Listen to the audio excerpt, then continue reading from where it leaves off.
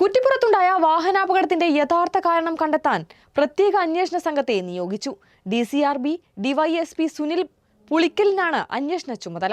പോലീസിന് പുറമെ നാറ്റ്പാക്, മോട്ടോർ വാഹന വകുപ്പ് എന്നിവയിലെ ഉദ്യോഗസ്ഥരെ കൂടി ഉൾപ്പെടുത്തിയാണ് അന്വേഷണം വ്യാപിപ്പിച്ചിരിക്കുന്നത്. MX wedding centre, Valanchery, Pattambi, Koottanad, Koppam, Kechery. അപകട സ്ഥലത്തെ ആദ്യഘട്ട പരിശോധനകൾ പൂർത്തിയായതായി എൻഫോഴ്സ്മെന്റ് RTO TP യൂസഫ് സ്ഥിരീകരിച്ചു. അപകടത്തിൽപ്പെട്ട് ഡ്രൈവറുടെ മൊഴി നിലവിൽ രേഖപ്പെടുത്താൻ കഴിഞ്ഞിട്ടില്ലെന്ന് അദ്ദേഹം വ്യക്തമാക്കി. ഡ്രൈവറുടെ ഭാഗത്തു നിന്നുണ്ടായ അശ്രദ്ധയാണോ, ബസ്സിന് പെട്ടെന്നുണ്ടായ സാങ്കേതിക തകരാറാണോ, അതോ റോഡിന്റെ മോശം അവസ്ഥയാണോ അപകടത്തിലേക്ക് നയിച്ചതെന്ന കാര്യം സവിസ്തരം പരിശോധിക്കേണ്ടതുണ്ട്. ഇത് സംബന്ധിച്ച് വിശദമായ പഠനം നടത്തി റിപ്പോർട്ട് സമർപ്പിക്കുമെന്ന് എൻഫോഴ്സ്മെന്റ് RTO.